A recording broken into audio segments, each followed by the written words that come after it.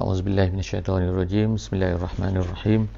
Alhamdulillahirabbil alamin wassalatu wassalamu ala asyrafil anbiya wal mursalin wa ala alihi wa sahbihi ajmain.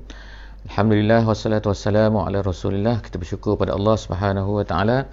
Salawat dan salam kepada baginda Nabi sallallahu alaihi wasallam. Alhamdulillah pada pagi ini kita dapat bersama-sama lagi dalam sesi tafsir ringkas. InsyaAllah pada hari ini kita akan bersama-sama pada muka surat 368. Kita masih lagi bersama dalam surah Asy-Syu'ara, iaitu kita baru saja masuk pada surah Asy-Syu'ara ini pada muka surat yang kedua daripada surah ini. Jadi sekali lagi saya mungkin cuba untuk mengingatkan bahawa surah ini mempunyai temanya yang tersendiri, iaitu mempunyai tema yang berbeza daripada surah-surah sebelum daripada ini. Kalau sebelum daripada ini kita telah membaca surah Al-Furqan, kita telah membaca surah An-Nur. Jadi setiap surah ini mempunyai tema-temanya yang khusus. Ini adalah merupakan ijtihad daripada para ulama, of course, untuk mereka mencari apakah seolah-olahnya perkara yang besar yang ingin ditumpukan oleh setiap daripada surah-surah tersebut. Of course kita tak tahu, kerana semuanya adalah milik Allah Subhanahu wa taala. Allah Taala sahaja tahu yang mana betul, yang mana salah. Tetapi ini adalah hanyalah ijtihad daripada para ulama ahli-ahli tafsir kita. Jadi dalam surah Asy-Syu'ara ini tema dikatakan bahawa tema utama daripada surah ini adalah al-i'lam. Al-i'lam itu artinya ialah penerangan, penyampaian dan perkara-perkara yang diperlukan daripada seorang da'i, daripada seorang yang membawa Islam. Jadi nabilah of course yang pertamanya di dalam sejarah Islam kita ini, iaitu Nabi telah menyampaikan, dan Nabi telah menyampaikan dengan pelbagai cara, pelbagai teknik, dan juga orang-orang kafir juga mempunyai pelbagai teknik mereka lah untuk menentang dakwah. Jadi al-i'lam ini artinya ialah kita perlu untuk mencari jalan yang pelbagai. Mungkin sesuai dengan keadaan kita sekarang ni, pada zaman kita ni dalam keadaan pergerakan yang terhad dan sebagainya, dan juga mempunyai banyak medium-medium yang boleh kita gunakan untuk menyampaikan Islam. Jadi sepatutnya kita mencari jalan. Jadi dalam surah ini dia menegaskan, memfokuskan tentang perkara ini dengan pelbagai penceritaan kisah Nabi Musa yang akan kita baca pada hari ini, dan juga lain lagi kisah-kisah Nabi-Nabi yang menunjukkan bahawa mereka ini mempunyai pelbagai cara untuk menyampaikan dakwah, dan begitu juga orang-orang yang menentang dakwah ini mempunyai pelbagai cara untuk menentang Islam. Jadi kita tengok pada hari ini insya-Allah pada ayat yang ke-20 insya-Allah. A'udzubillahi minasyaitonirrajim. Qala fa'altuha idzan wa ana minadh-dhallin. Sadaqallahul azim. Ini sebenarnya ialah ayat yang kita baca pada kali ini, pada hari ini, adalah mengenai sambungan daripada cerita yang Allah Subhanahu Wa Taala beritahu kepada kita tentang perdebatan, iaitu dialog yang berlaku di antara Nabi Musa dan juga Firaun. Jadi apa yang telah kita baca sebelum daripada ini ialah Firaun ni telah mendakwa, telah membangkitkan bahawa hai Musa. Jadi sekarang ni ceritanya adalah berlega di sekitar dialog yang berlaku di antara Musa dan juga Nabi Musa AS dan juga Firaun. Apa yang dikatakan oleh Firaun ialah, yang pertama sekali sebelum daripada ni yang kita baca ialah Nabi Musa mengatakan, kamu dulu kami yang jaga, kamu dulu macam ni, kamu dulu macam ni, 30 tahun kamu ni bersama dengan kami. Kemudian Nabi Musa AS merasai takut. Kenapa? Kerana dulunya dia pernah membunuh seorang Kipti. Jadi di dalam ayat pada hari ini kita akan baca, iaitu berkenaan dengan sambungan daripada apa yang dikatakan oleh Firaun tersebut. Firaun kata, kau dulu bunuh orang macam ni, macam ni, macam ni. Jadi sekarang ni apa jawab Musa? Apa jawab Nabi Musa AS? Jadi jawab Nabi Musa AS ialah di sini, iaitu pada ayat yang ke-20. Qala, iaitu berkata Nabi Musa AS, fa'altuha idzan wa ana minadh-dhallin. Aku melakukannya. Jadi Nabi Musa mengakui bahawa dia pernah melakukan perkara tersebut, iaitu apa? Bukan membunuh actually, sebab dari segi tujuan Nabi Musa buat perkara tu sebelum daripada ini bukan tujuannya untuk membunuh, tujuannya hanya untuk menghalang daripada orang tersebut melakukan kejahatan kepada seorang yang lain. Kemudian dia telah menumbuk, diceritakan dalam surah yang lain, kemudian tiba-tiba orang yang ditumbuk itu, iaitu Kibti itu mati. Jadi sebenarnya pembunuhan yang dibuat oleh Nabi Musa tu, kita kata pembunuhan, bukan pembunuhan sebenarnya. Tindakan yang dibuat Nabi Musa itu adalah kerana ada sebabnya. Jadi sebab itulah disebutkan dalam ayat ni, qala fa'altuha, memang aku buat izan pada ketika itu, wa ana minadh dhallin, aku pada ketika itu adalah daripada dhalin.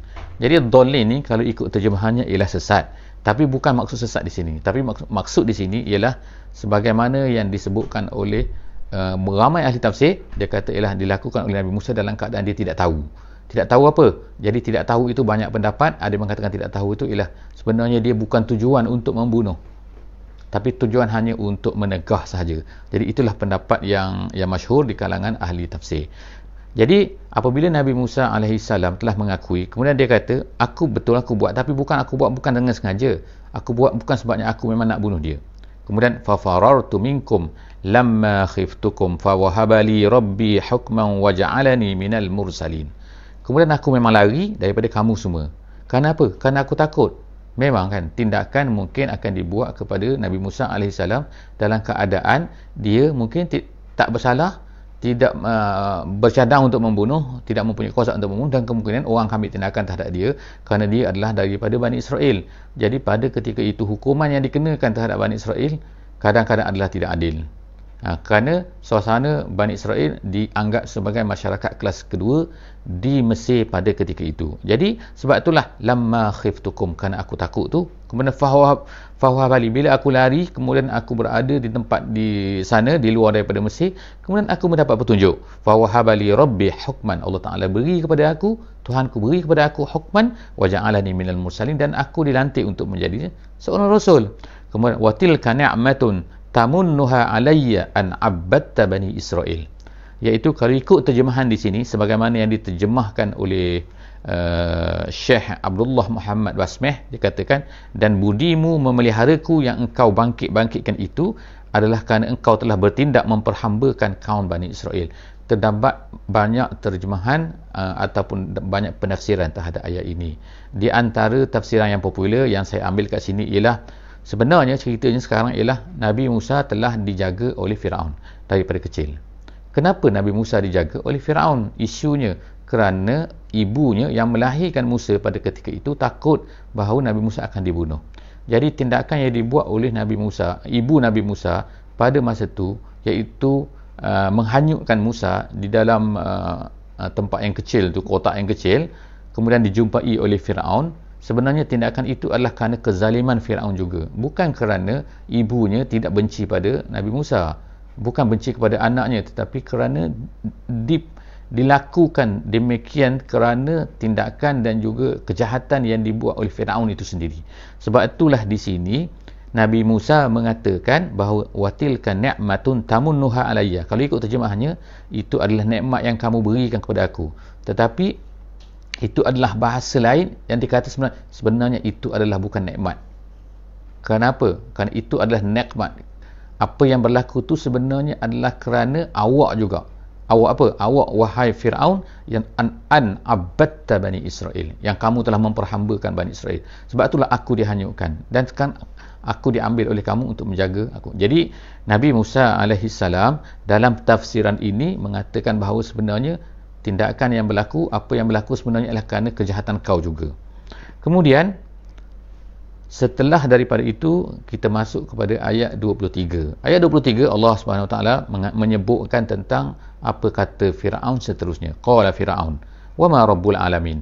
Jadi kita tengok sekarang ni ayat 23 ni telah beralih daripada satu peristiwa lain kepada satu peristiwa lain. Satu dialog lain kepada dialog yang lain. Dialog yang di atas ialah cerita perdebatan kepada yang berlaku di antara Nabi Musa dengan Firaun, yang mengatakan, yang membangkitkan bahawa kau dulu adalah aku yang jaga, kau dulu ialah gini, kau dulu gini kan, kau buat kesalahan. Sekarang ni habis cerita tersebut dan kita berhenti dan kita beralih kepada satu dialog lain, topik lain. Jadi disebutkan oleh ulama tafsir di sini nak menunjukkan bahawa ialah Firaun tidak boleh menjawab apa yang dikemukakan oleh Nabi Musa alaihissalam.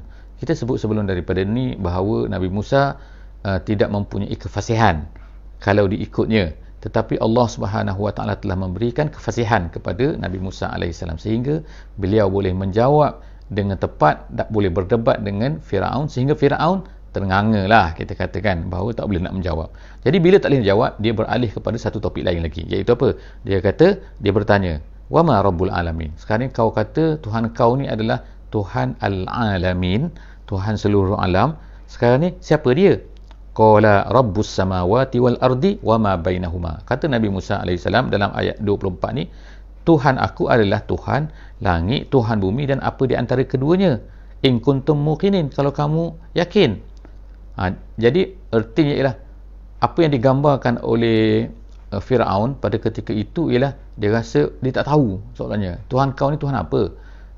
Dia anggap dirinya sebagai Tuhan, tetapi Firaun sebagaimana kita tahu dia hanyalah pemerintah negeri Mesir sahaja. Negeri Mesir sahaja. Negeri lain, negeri Yunan, negeri India, negeri China, semuanya dia tidak memerintah. Ada raja-raja lain yang memerintah, menunjukkan bahawa dia ni adalah sempit. Dia dakwa dia sebagai Tuhan, tapi pemerintahannya sendiri adalah sempit, iaitu hanya di negeri Mesir sahaja. So nampak tak perbezaan? Jadi sekarang ini perkara yang kedua, yang apabila Nabi Musa alaihissalam berkata, Tuhan aku bukan macam kau, soalannya begitu kan. Tuhan aku ni ialah Tuhan langit, Tuhan bumi dan apa di antara keduanya. Kau ni Tuhan apa? Hanya memerintah di Mesir sahaja. Kemudian in kuntum muqinin. Kemudian qala liman haulahu ala tastami'un. Itu adalah kata-kata Firaun pula. Firaun kata apa? Firaun kata berkata Firaun liman haulahu, kepada orang-orang yang dikelilingnya. Jadi kita boleh anggap dialog di sini lah sekarang dia berpaling. Dia tengok. Macam itulah kan. Kita tengok. Ala tastami'un, dia kata. Kamu dengar tak? Macam itulah. Kamu dengar tak apa yang ni Musa ni cakap? Qala rabbukum wa rabbu abaikum al-awwalin. Nabi Musa dalam keadaan begitu terus menyambung cakap dia, menyambung dialog dia, menyambung kata-katanya. Dia kata apa? Rabbukum, Tuhan kamu semua, wa rabbu abaikum. Tuhan aku ni Tuhan kamu semua. Bukannya Firaun tu. Sebab apa? Dulu abaikum siapa? Firaun ni ada, Firaun ni tak ada. Masa ayah kamu, masa datuk kamu, masa nenek kamu dulu, moyang kamu, Firaun ni mana ada? Macam mana dia boleh jadi Tuhan kalau dia tak ada dulu? Sekarang dia baru ada, dia baru dilahirkan. Nampak tak? Jadi perdebatan ini mengganggu sebenarnya pemikiran kepada orang-orang yang, jadi Firaun menjadi semakin takutlah. Kerana apa? Kerana hujah-hujah Nabi Musa ni lebih mendalam lagi. Kemudian jadi disebut situ kan, sebab tu disebut abaikumul awwalin, bapa-bapa, nenek-nenek, datuk-datuk, moyang-moyang yang dulu-dulu. Kemudian qala inna rasulakumul lazi ursila ilaikum la majnun. Sekarang perkara yang ketiga yang dikatakan oleh Firaun kepada Nabi Musa alaihissalam.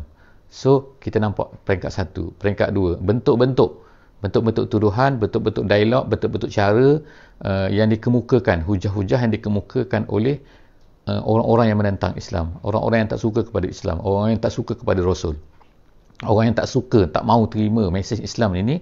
Mereka akan buat nombor satu, nombor dua, dan ada jawapan-jawapannya. Jadi dialog-dialog ini menunjukkan kepada kita balik kepada tema yang kita katakan mengenai surah Asy-Syu'ara ini, iaitu apa? Penerangan, iaitu bagaimana kita ni nak berdepan, bagaimana kita ni nak menyampaikan mesej Islam ni kepada manusia. Jadi dia berkata kat sini apa tindakan seterusnya yang dikatakan oleh Firaun. Apa dia kata qala inna rasulakumul lazi ursila ilaikum la majnun. Firaun berkata kepada orang-orangnya, sebenarnya inna rasulakum, rasul ni allazi ursila ilaikum, yang diutuskan pada kamu semua ni, dia kata la majnun, dia ni gila. Jadi pula dia pergi pula kepada label, melabelkan pendakwah ni dengan gila. Kemudian seterusnya, ataupun pada masa sekarang mungkinlah label-label yang lain kan, gila ke, ataupun nak duit ke, ataupun materialistik ke, ataupun ada agenda tersembunyi lah, dan macam-macam lagi dikatakan kepada para pendakwah. Kemudian tapi Nabi Musa alaihi salam terus berhujah, terus mengemukakan dakwahnya, iaitu qala rabbul masyriqi wal maghrib wa ma bainahuma. Tadi atas dan juga bawah, sekarang masyriq dan juga maghrib wa ma bainahuma, dan di antara keduanya. Sekarang kita pergi, Nabi Musa terus mengemukakan iaitu dimensi yang kedua. Tadi dimensi atas, bawah dan tengah. Kemudian sekarang ni kiri, kanan dan tengah. So sekarang bila dah macam tu, habis dimensi atas, dimensi bawah, dimensi kanan, dimensi kiri, iaitu masyriq, Tuhan aku ni, Tuhan kita semua sepatutnya adalah siapa? Iaitu Tuhan Allah, iaitu al-masyriq, rabbul masyriq, Tuhan timur, wal maghrib, dia memiliki barat, kemudian wama bainahuma, dan apa di antara keduanya. In kuntum ta'qilun, kalau kamu boleh berfikir. Jadi terus diajukan berfikir kan. Kemudian qala la in ittakhazta ilahan ghairi la aj'alannak minal masjunin.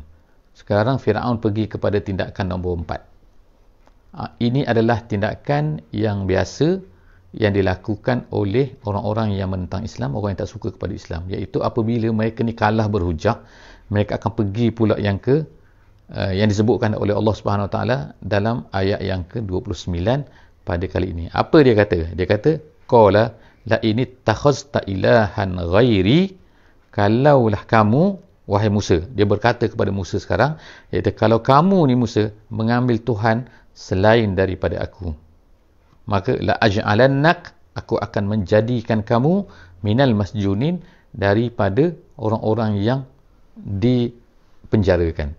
Jadi itu adalah kata-kata yang dikatakan oleh Firaun. Cuma ada ahli-ahli tafsir telah membincangkan tentang part yang terakhir daripada ayat ini, iaitu apa dikatakan oleh Firaun, aku akan la aj'alannak minal masjunin, aku akan jadikan kamu ini termasuk dalam orang-orang yang dipenjarakan.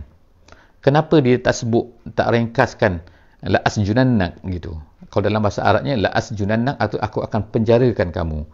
Bukannya aku akan jadikan kamu ni daripada orang-orang yang dipenjarakan. Kalau ikutnya lah kan. Jadi maknanya kita lihat di sini lebih panjang kan. La aj'alannak, satu, minal masjunin, 2 dan 3 perkataan. Kenapa tak dikatakan la asjunannak? La asjunannak artinya aku akan penjarakan kamu kalau kamu mengambil Tuhan yang lain. Jadi ulama-ulama tafsir mengatakan bahawa apa yang berlaku di zaman Firaun itu ialah semua maklum, kalau orang tu masuk penjara, so dia ada satu bentuk-bentuk yang sangat dahsyat, yang kadang-kadang lebih dahsyat lagi daripada orang tu dibunuh, iaitu di penjara, suasana penjara pada masa tu di Mesir di bawah Firaun adalah sangat jadi apabila Firaun mengatakan kepada Nabi Musa AS perkataan ini, la aj'alannak minal masjunin, aku akan jadikan kamu daripada orang-orang yang dipenjarakan, maka ia menunjukkan sangat dahsyat, lebih dahsyat lagi daripada hanya aku akan penjarakan kamu. Aku akan penjarakan kamu, mungkin aku akan letakkan kamu dalam lock-up, letakkan dalam satu tempat yang mana kamu tak boleh nak keluar. Tapi bila disebut minal masjunin, daripada orang-orang yang dipenjarakan, artinya ialah itu memberi tambahan makna, kita kata add value kepada perkataan yang pertama. Jadi sebagai kesimpulan daripada surah ni, daripada ayat 29 ni, kita boleh katakan begini, iaitu sekarang Firaun telah beralih kepada bentuk yang ketiga, bentuk yang keempat ataupun yang kelima, iaitu apa? Mengambil tindakan keras terhadap orang-orang yang menolak dakwaannya. Jadi siapa-siapa yang tak terima, jadi inilah yang berlaku, kita boleh tengok di atas dunia pada hari ini kan. Ada setengah-setengah negara yang mana seseorang itu mesti menerima ideologi dia secara kekerasan. Jadi ini adalah bertentanganlah dengan Islam, iaitu Islam tidak boleh memaksa orang lain untuk menerima pegangan kepada satu benda. Ya, Islam kita boleh memaksa orang lain untuk mematuhi sesuatu undang-undang, tetapi tidak boleh memaksa orang untuk menerima sesuatu pegangan. Kerana pegangan itu ialah benda yang berada dalam hati. Sebab itulah di dalam negara Islam, walaupun dah lama dahulunya orang-orang yang bukan Islam masih boleh hidup. Mereka nak agama Kristian ke ataupun Yahudi ke dan sebagainya, mereka boleh berada di dalam negara Islam. Dengan syarat mereka mestilah menerima undang-undang yang telah ditetapkan oleh negara tersebut, iaitu undang-undang Islam. Jadi undang-undang Islam adalah berbeza dengan akidah.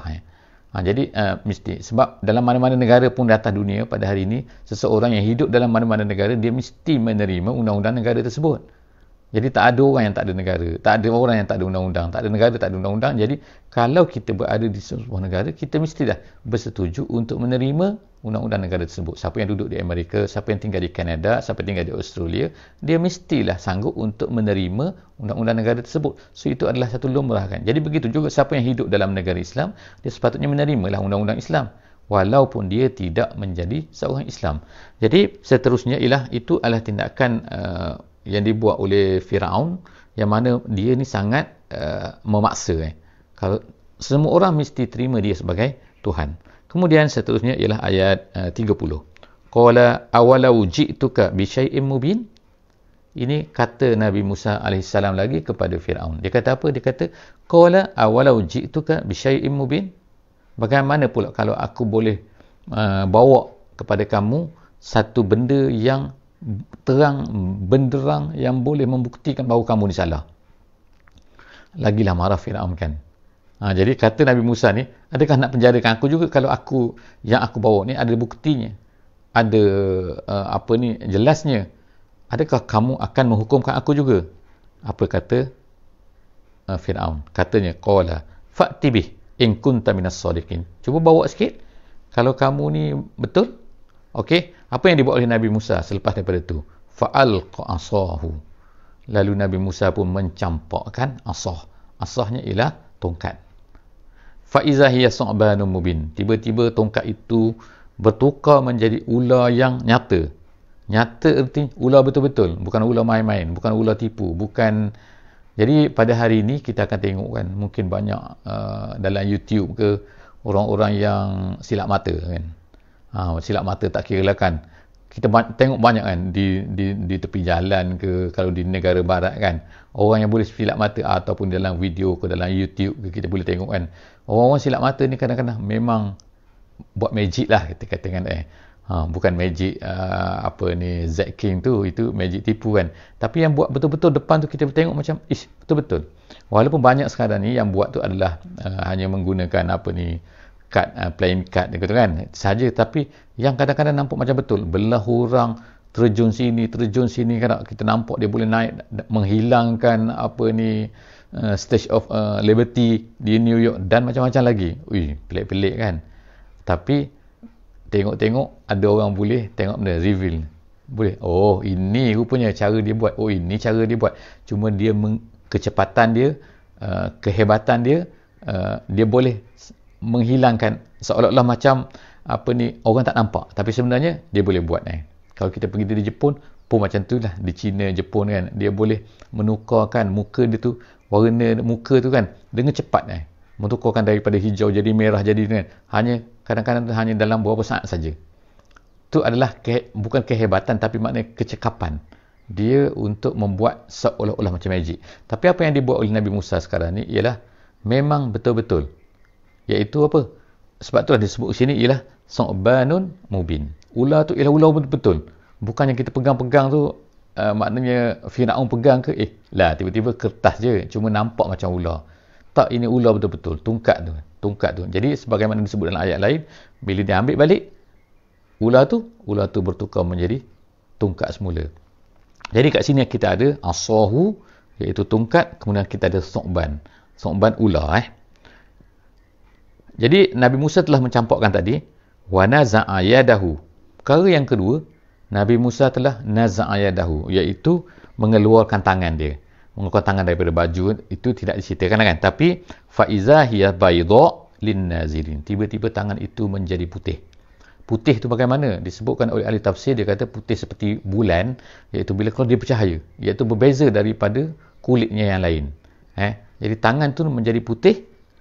Orang tengok memang nampak betul-betul putih. Bukannya putih tu putih tipu dan sebagainya kan. Sebagaimana ahli silap mata yang saya sebutkan tadi. Jadi qala lil mala'i haulih.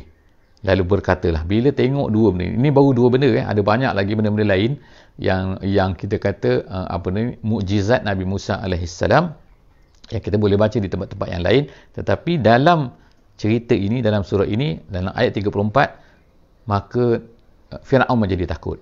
Kemudian dia berkata kepada malak haulah, iaitu pembesar-pembesar yang berada di tepinya, inna haza la sahirun alim, ini sihir betul ni, dia kata ni memang alim tu, sahirun alim artinya tukang sihir yang memang mantap ni, memang hebat ni bukan main-main tukang sihir ni. Jadi dia pun sekarang ni Fir'aun menjadi takut.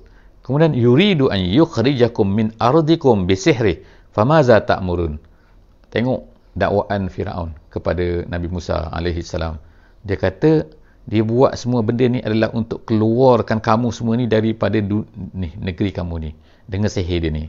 Maknanya dia ada tujuan ini kan. Ada sebab ni jahat ni dia ni, iaitu nak keluarkan kamu semua ni daripada negeri ini. Famaza ta'murun. Jadi Nabi Musa Firaun sekarang bertanya kepada orang keliling dia tu, okey, apa pendapat kau semua? Famaza ta'murun. Apa you ada idea tak macam mana nak selesailah isu ni kita kan, keadaan kita, masalah kita sekarang? Qalu, lalu mereka ramai-ramai tu berkata, arjih wa akhahu wa ba'as fil madaini hashirin. Mereka berkata, dia kata arjih. Arjih ni ialah artinya akhir, artinya sebagaimana disebutkan dalam tafsir jalan lain, dia kata akhir iaitu sabar dulu, arjih wa akhahu, kita jangan halau dia dulu, wa ba'as fil madaini, tapi kita tanya semua orang dalam negeri Mesir ni, kita minta disuruh orang di negeri Mesir ni hashirin, iaitu semua sekali untuk apa? Untuk, kalau ikut kat sini ialah kita tanya siapa-siapa yang pandai sihir ni, kita kumpulkan mereka semua di sini. Kita kumpulkan, kemudian kita tengok siapa yang hebat, nanti kita akan ambil mereka untuk melawan si Mamat ni lah, kita kata kan. Dia kata Nabi Musa ni. Kemudian ya'tuka bikulli saharin alim. Daripada ramai-ramai itu kita akan ambil yang saharin alim. Kita ambil tukang-tukang sihir yang hebat, yang mantap kita nak lawan Musa. Jadi apa? Fajumi as-saharatu limiqati yaumin ma'lum. Lalu dikumpulkanlah tukang-tukang sihir itu. Maknanya idea daripada orang-orang yang berada keliling Firaun ni diterima oleh Firaun, lalu mereka pun mengumpulkan fajumi as-saharatu. Jadi menunjukkan kat sini Firaun pun sebenarnya dulu macam hebat sangat dia kan. Tapi sekarang tiba-tiba dah pening kepala dah dia. Sebab apa? Sebab tengok sihir Nabi Musa ni, dia pun dah pening dah. Tak boleh buat apalah. Jadi terpaksalah diminta idea dari, kalau ikutnya bukan main, tak main dia, idea orang ni, dia main idea dia je kan. Jadi sekarang ni nampak suasana bahawa dia dalam keadaan dah gelabah. Jadi fajumi as-saharatu, lalu dikumpulkan limiqati yaumin ma'lum, pada hari yang dikatakan dalam ayat yang lain, di tempat yang lain dia kata hari ini adalah hari Aid ataupun hari Zinah, iaitu hari orang gembira lah, macam hari raya lah, gitu kan kalau kita sekarang ni. Waqila linnas hal antum mujtami'un, lalu dikatakan kepada manusia, hal antum mujtami'un, adakah kamu akan berkumpul? Jadi sebenarnya hal di sini ialah bukan pertanyaan sebagaimana ahli tafsir kata, tapi hal di sini adalah suruhan. Jadi hal suruhan maknanya, kenapa kamu tak berkumpul? Macam itulah. Maknanya suruh berkumpul lah tu. Jadi dikatakan kepada manusia, hei, berkumpul. Semua pun. Kenapa kamu tak berkumpul ni? Jadi tiba-tiba sekarang kita berhenti pada ayat 39. Apa cerita selanjutnya yang berlaku? Kita dengar insya-Allah dalam sesi yang akan datang, untuk kita tengok cerita seterusnya apa yang berlaku di antara Nabi Musa dan juga Firaun di dalam dalam surah Asy-Syu'ara ini. InsyaAllah setakat itu saja kita pada kali ini. Aqulu qawli hadza wa astaghfirullahal azim li wa lakum. Wassalamualaikum warahmatullahi wabarakatuh.